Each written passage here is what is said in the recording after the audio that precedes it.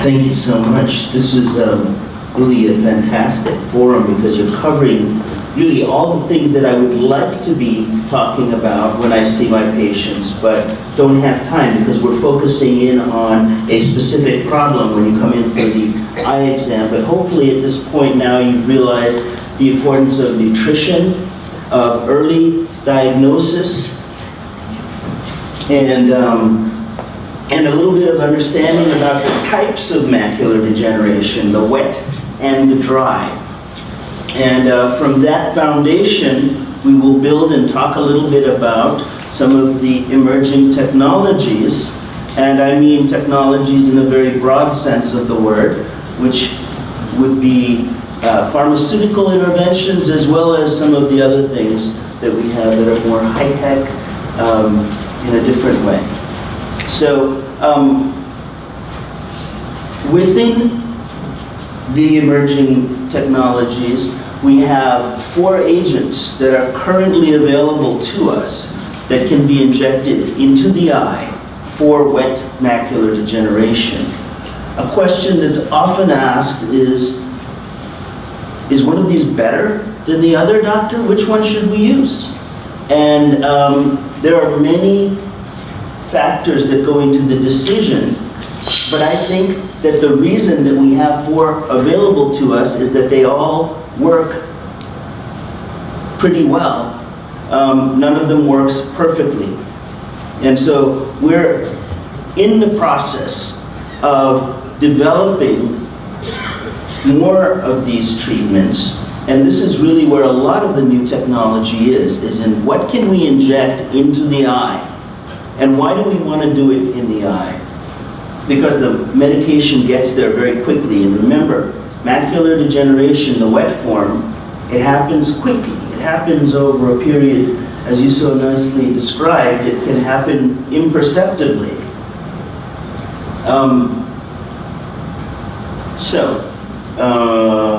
Macula. Everyone knows where the macula is at this point. That yellow disc that you see, next to it is the optic nerve. And then the drusen occur within the macula, and if there's bleeding, that becomes wet AMD. 4 treatments currently available for injection. One of them is an off-label treatment, but it was tested by the National Institutes of Health, and it was established that it was equivalent in its clinical efficacy to the approved agent, which is Lucentis. There's a little bit of interesting history. As some of you have pointed out, if you got the wet form of macular degeneration 15 years ago, you didn't have a chance because there were none of these injectable medications available. The only treatment was to take a laser and essentially burn the bleeding vessels. That was the only treatment. And so it was a really hard job to sell that treatment to a patient and say, you have pretty good vision now, but I'm going to take this laser and it's going to cauterize the center of your retina and make your vision much worse, but that's still not going to be as bad as it would get if we let the disease go. You can see that is what we had until these growth factor inhibitors came in. Actually, the first agent prior to this is photodynamic therapy, and I'm not spending much time on it because it's largely not used as a primary treatment in wet macular degeneration. The problem with it was that it actually didn't improve the vision at all, whereas people who took these agents, who received the injections, actually had some gain or regained some of the visual acuity that they had lost. That didn't happen with the laser, either the hot laser or the cold laser. So we really have stopped using the laser except for some very, very unusual types of wet macular degeneration. Laser's still used all the time for diabetics. So Laser's not a bad thing, it's just that we have better things now for macular degeneration. Avastin is not approved by the FDA for the treatment of wet AMD, but another division of the same government did a study that shows that it works just as well. Okay, so that must be, that is confusing. In my mind, the use of these drugs is very much an individual decision.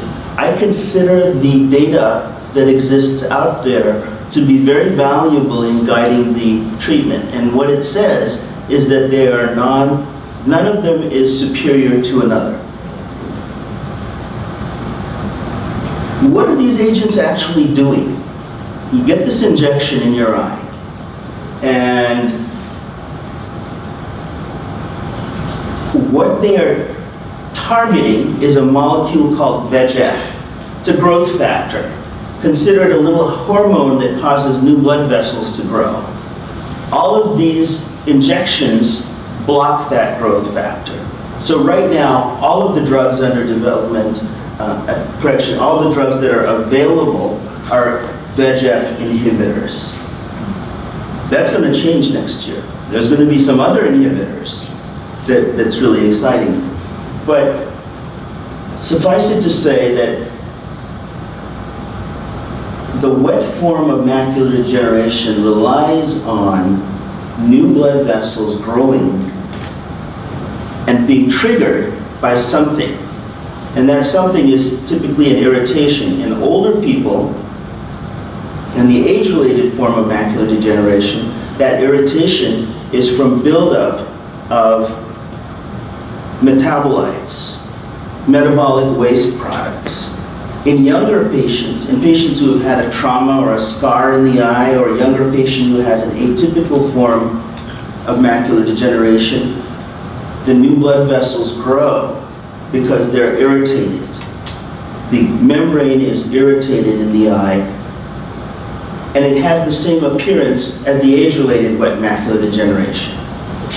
So we use the same drugs to treat those in the young patients because they all function at this level, at the blood vessel level. So if you understand that the final common pathway is the growth of these abnormal blood vessels. So no matter how you irritate the layer, and the layer that I'm talking to is called the Brooks membrane. It's a very important membrane in the retina. If that gets irritated, most of the time it gets irritated by the age-related form. Sometimes it's the familial macular degeneration, sometimes it's from a scar. Those are rare. The huge population of people getting the wet form from age, but it all happens in these blood vessels underneath the retina. So really important to understand. This is why we get fascinated looking at the blood vessels. Variations of VEGF. So here's what you'll hear from, I hear this all the time because the reps from each of the companies come and try to upsell one drug over another. And they say, well, you know, ours has a higher binding affinity for this molecule. But the bottom line is, does it help the patient the same as it helps as the other drug? Do they perform equally in the patient? It's nice that the molecule looks a little prettier and binds this way and all of that, but the clinical studies is what you have to look for. Be very careful of extrapolations that are made. So you can say, oh, this molecule binds better, so it's sticking and blocking that VEGF. But does that mean that it's going to work better? We have evidence now that too much blockage of VEGF may be a bad thing. There's a thinning out of retina that occurs. For those who still are having this, still have the dry form and you have never had an injection, this is what goes into the injection. The medication is administered at a place called the limbus and directly into the eye. And this location that it's administered is very important. And you'll notice that when your doctor does it, or if you haven't had it yet, the doctor puts a marker or a needle hub there without a needle in it, syringe, empty syringe, and just marks the location. And that's because this is a safe spot to put a needle in the eye. Nature created this safe spot where you can do an injection and not harm things. So,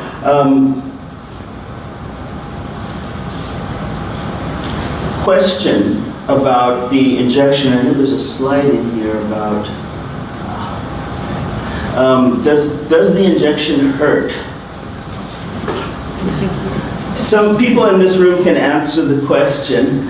I have not had an injection, so I don't try to answer the question from a first-person perspective, but I can tell you what my patients say and the range of responses that I have heard.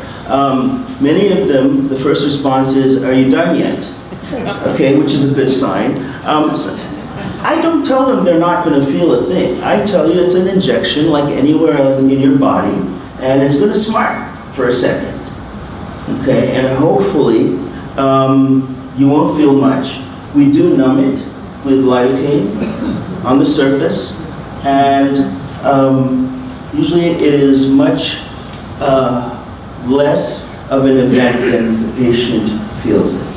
But we take it very slow the first time and make sure that you're very comfortable.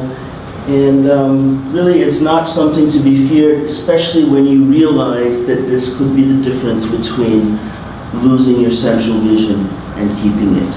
And that's so important, is that injection is just minor. I have patients who, because they have experienced firsthand the improvement in vision, they come in saying, "Please give me the injection." And sometimes I have to say, "Well, let me look at the scan first. We have to go through our protocol." But they're happy when it works, and it does work in many patients. Is one better than the other? I touched on this. This comes from some recent articles. Macular was the first one available. It stabilized the vision, but didn't improve it. Why do we still use Macular? There are some people who we feel are intolerant, unfortunately, to the agents that work better for a variety of reasons. Most frequently, the concern is whether there's some cardiovascular side effect in 1 out of 1,000 people. So it's rare, needless to say. Macular is not something that I use on a regular basis. I'll special order it when it's necessary.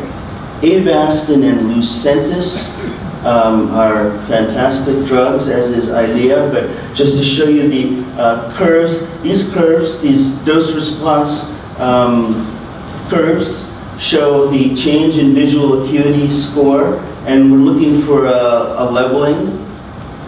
And Lucentis and Avastin, whether administered on a monthly basis, which is the way the manufacturers intended the drugs to be administered, is every month, every 4 weeks.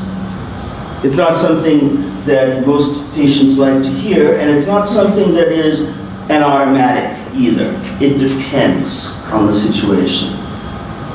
But be confident in knowing that the study has been done that has shown that they're pretty equivalent in their efficacy, even though one is off-label. How about Eylea? So the difference with Eylea is slight. Eylea enables you to go out to 8 weeks, and they actually tested 8 weeks for the interval. But some of you who are on Avastin are already on 6 to 8 week intervals. So is Eylea a better drug? Well, you might not have to give it as frequently, but we have more experience with Avastin and Lucentis. We're gaining experience with Eylea. I'm sure we're going to see more studies, but right now what I can tell you concretely is that you're going to get similar results. The 4.2 injections for Eylea versus 4.7 for Lucentis, I think the number would be lower for Avastin. Now here's the thing, no one wants to talk about it, but the economics are a factor, and especially if you just have Medicare coverage or you have a large share of cost. Avastin is $55 for a dose on average. Lucentis is $2,000. That's how much the insurance company reimburses, and the manufacturer charges about the same. And unfortunately, the physician's offices are the middlemen, and we were not in the business of selling drugs, so it's a nuisance for us to have to, because we don't make any money on it. So unless there's a program that if you prescribe enough of one drug that you'll get a reduced rate on it or something. But really, from the doctor's perspective, from my perspective, it makes no difference. But from a patient's perspective, you can see it's a big difference. So a year of Lucentis is $24,000 as opposed to a year of Avastin, which is $660. And there's no evidence that one is better than the other.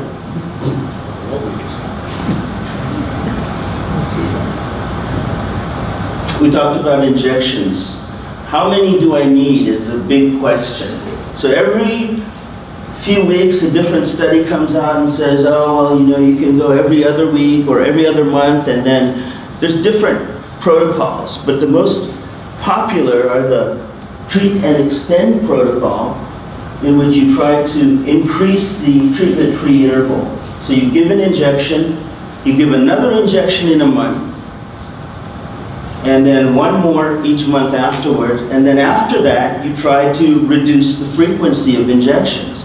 The problem is that the way they did the testing of these drugs is they injected the Lucentis every 4 weeks, and the data that we have show that using it that way really does leave the patient with better vision at 2 years if you look at a large number of patients. Okay, so at the end of 2 years, if you look at the patients who automatically had to have the injection every month, then you look at the patients who got it, well, when we thought that we might need it. The ones who got it every month did better. Why is that? Because we probably missed some of the ones that snuck through, those subtle ones. But on the other side of the coin, those people had to get an injection every single month in their eye. And it does get sore after a while. I have patients who have been getting them every single month for several years. And it would be nice to reduce the frequency. And that's exactly one of the things that's happening, is that there is a new medication. I don't have the slide on it because it's not approved yet, but it's in phase 3, and it's called Fovista. Fovista is going to act on another target. So instead of acting on VEGF, it's acting on PDGF. And Fovista is going to, if it comes out, enable, oh, there is a slide on it? Okay. If it comes out, it will enable us to increase the treatment-free interval. Where's the Fovista slide? There it is, PDGF. It's almost the same slide as the VEGF, but a different growth factor. And it's developed by a company called Optotech. Phase 2B results came out, very promising. There was an improvement in vision. Now, people often ask me, I've had macular degeneration for a while. Is there anything that will improve my vision? It depends on if it's active or not. Typically, if you've had a scar in the eye for a while and the angiogram shows that there's no leakage, then the drugs won't help. Then we're looking at other technologies. But if there's leakage, this drug helps a lot. So that's reason to be excited. That's reason to get to the retina specialist as soon as it's determined, and as Dr. Judkins had pointed out, we often work with low vision specialists, and you will see multiple doctors. They work as a team, and it's all about maintaining and preventing visual loss. Oh, okay, I know I skipped ahead, so I'm going to go back to where I was so I can be where I should be. Does that make sense? Okay. What does that PDGF do? It's a platelet-derived growth factor which acts on one of the stages of angiogenesis. Angiogenesis is the word for new blood vessel growth. And there are many stages of angiogenesis. So biochemists and cell biologists can break down those stages, and you can put a drug to target an intervention at any one of those stages. And so now what they're doing is intervening at a different stage, at the PDGF stage, which is great because it gives you long-term stability. The question is being answered as to how long that stability is, but it's exciting. It's you know, hopefully, cross our fingers, we'll see that next year. So, cost is an issue.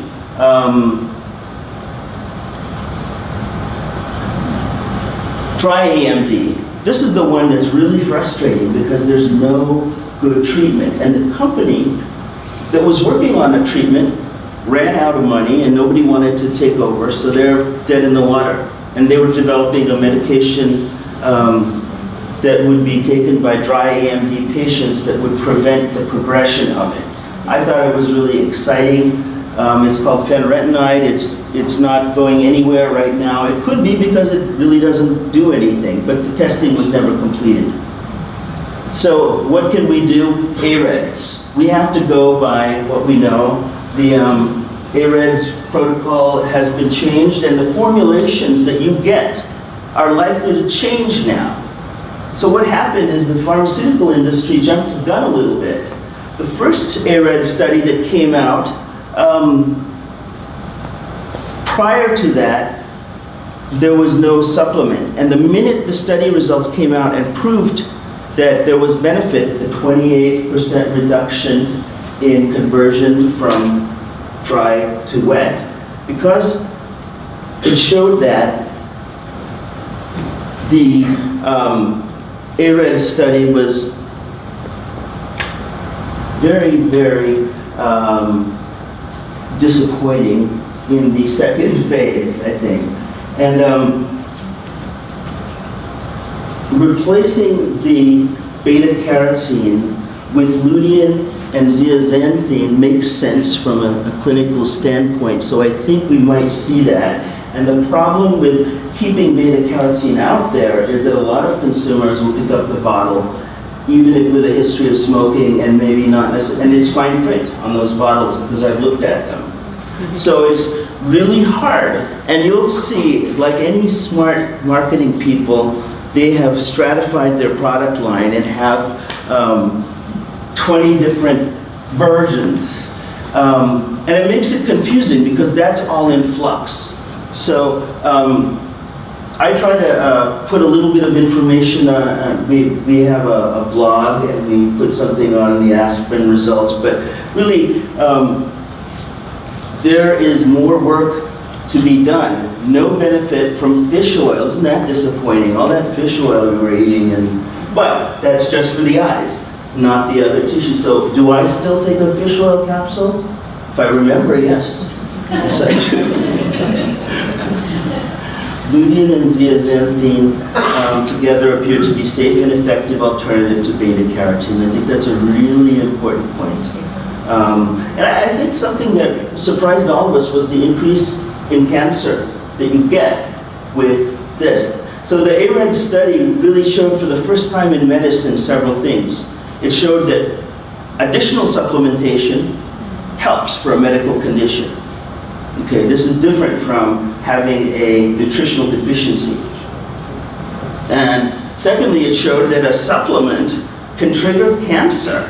So you gotta be careful. Some of these things in high doses, we don't know 10 years later what the effect is. So when a 20 or a 35-year-old with a family history of macular degeneration comes in and says, gee, I'm really afraid. My mom had macular degeneration, my uncle had it, and I have drusen, and I'm afraid I'm going to lose vision.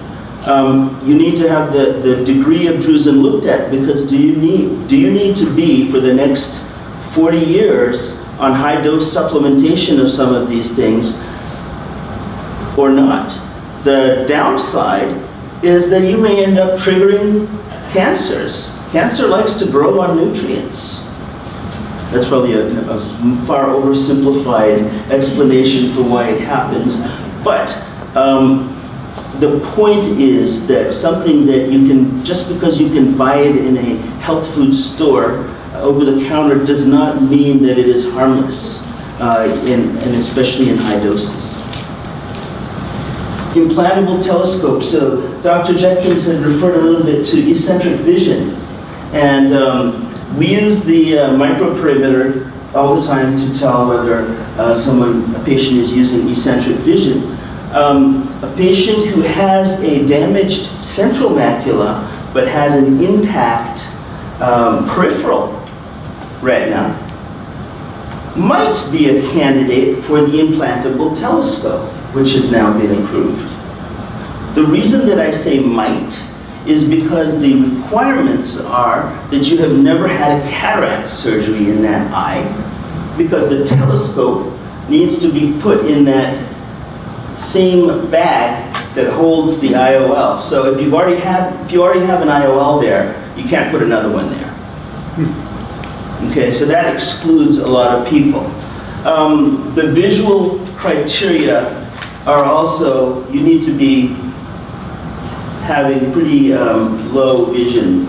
The visual criteria are that the vision in the better eye has to be 2400 here. So the diagnosis is done at the retina specialist's office. We work with low vision therapy, and the actual surgery is performed by a cataract surgeon. And then back to I have not had a patient having one of these yet. And I talked to the company headquarters is in the area, and I talked to them, and they said that they really don't plan on doing a lot. Their target was 15 implants in the country for a year. Should be 75. For Canada has to be 75 years old. And 75 years old in Canada, yeah. So I don't think this is going to be the answer, but it is going to help some people. You need to talk to your doctor about whether it's not a panacea, it's a side vision, you have to relearn, it's using eccentric vision. But this being said, there are other techniques for relearning to use your peripheral vision. The problem that I have with it is it's just a very, very big lens in the eye. So it's a big decision. You have to know what you're going into. RPE level. So I talked about RPE, which is the retinal pigment epithelium, which is that layer down at the bottom that does all these good things for our rods and cones. So there is a lot of interest in finding out how we can replenish and replace and restore the RPE function. The reason is the RPE is primarily what's damaged in many retinal diseases, especially dry AMD. So if we could restore that, that would be really great. And there are several companies that are now involved in clinical trials in which stem cells have been used. The problem is that the stem cells haven't been shown to survive for a long period of time yet. We don't know whether the function has actually been restored, but it's a start. If you can show that you can inject the cells and the cells will survive, that is a huge start. And so, am I hopeful? I'm hopeful that in the next few years, we will see some benefits derived from the stem cell technology, whether it's direct or indirect. Another thing that we're seeing is the interest in the genetics. Everybody wants to know what is their risk. Currently, there is no good screening test for the general population. So if you have a family history or a remote family history and you want to find out if you have a risk, there's not a good general population test. The test that we have is applicable to you if you already have the beginnings of the disease. So then why do you need it, right? So why take the test? You already know you have it. The test answers the question as to how likely are you to get the wet form. That would be the reason to have the test. And that's why I say it's, again, not for everybody.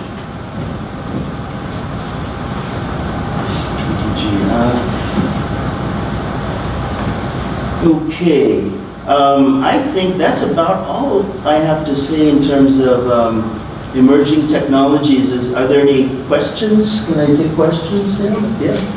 Yes. Are there any side effects for those injection medications? Oh, yes. And your doctor will tell you about every single one of them.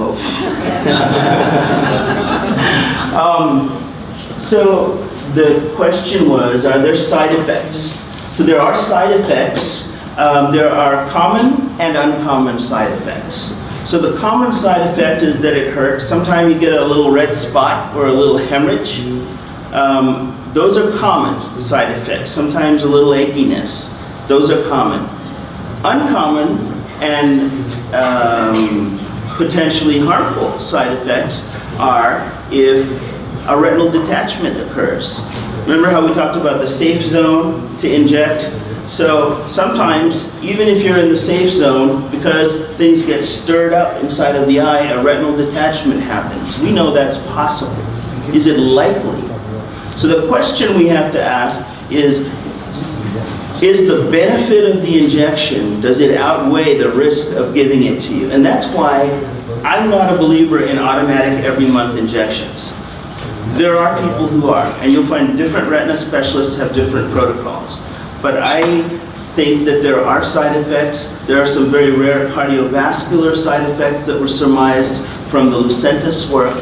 An increase in overall risk of cardiovascular adverse events by 1%. It was a very small amount. But you think about it, and you always ask the question before you do an injection, does the benefit outweigh the risk? And it depends on each individual's situation. That's cancer causing in the medication? So the question was, it's interesting that you asked, the Avastin is actually an anti-cancer drug. It was originally derived for that. And I've actually had patients who are on intravenous Avastin for other reasons, whose macular degeneration stayed quite stable during that time frame. So no, we have not seen any kind of cancer or long-term side effects. The one side effect that I alluded to was the thinning of the retina that we see over time. And I think that's important to look at. So I measure the retina every single visit. Yes. So the degeneration in the RPE, the cells, I mean, I assume they regenerate frequently anyways. That's just a normal life cycle. What is it that makes stop this process? Why don't they regenerate? So they don't regenerate. So a lot of the nervous system tissue has it's arrested in one of the growth phases. And so typically it doesn't regenerate. The eye, the retina is an extension of the brain. It's nervous system tissue. And we have the same problem in the retina that we do with and the RPE that we do to some extent with the brain, is that once it's damaged, that damage becomes irreversible. Now there are other elements that can accelerate the deterioration. Yeah, but what is causing the damage? So different things. Fine, it just regenerates and everything is fine, but at one point it stops. And at one point it stops. Yeah. And in an old age-related macular degeneration case, the reasons for this development are different than the reasons in a younger patient. So again, it's the same final common pathway. Yes. I just wondered if there was some way that there could be some kind of like drops, in the form of drops. That is the hope, that one day we could have something as nice as a drop. The one company that was working on a dry macular degeneration, I think there are some in trials. People would love to have that. And because this is such a huge disease and increasing, pharmaceutical companies are very excited about finding treatments. That's one good thing. Because there's a movement like this and the awareness is being raised, there will be treatments. I'm confident. I also had a question with Avastin. I mean, the fact that it's much cheaper, and I mean, it's been a long time since that the last time when FDA approved it. I mean, isn't there a way that, you know, They can could label it and make it on label. So there's no reason for them to do it. It boils down to economics. They have a product. It happens that Roche makes both products. Roche makes Avastin and Roche also makes Lucentis. So they have one they can sell for $2,000 a shot, and they have one they can sell for $50. Which one would you try to gain the market share in? I know, but you know, with all this other healthcare stuff coming, there should be a way where I agree, and I think that there should be some way of not having, you know, a whole bunch of problems. Yeah, and I think what we can do is understand that these are equivalent drugs. So given the choice, to me, it doesn't make sense to use the Lucentis unless you've tried the Avastin. The similarities in the molecules are so, the differences in the molecules are so minute that there should not really be a difference if you look at them at the biochemical level. You know, it has to do with the antibody binding, and so the business end of the molecule, the FAB site, is the same. The FC site is different, and they're both made by the same company. We should probably render the other one as a generic of that other one. I agree with you 100%. I wish I knew someone in Washington. I'll write to the Congress, write to your Congress people. I mean, really, I was surprised. I did write a letter to a congressperson, and they responded. It was like a written response. So if you bring these issues up, you know, this is the kind of interest and questions that are going to get, you know, your congressmen to bring it up, or congresswomen in our case. So, yeah. So I think it should be that way.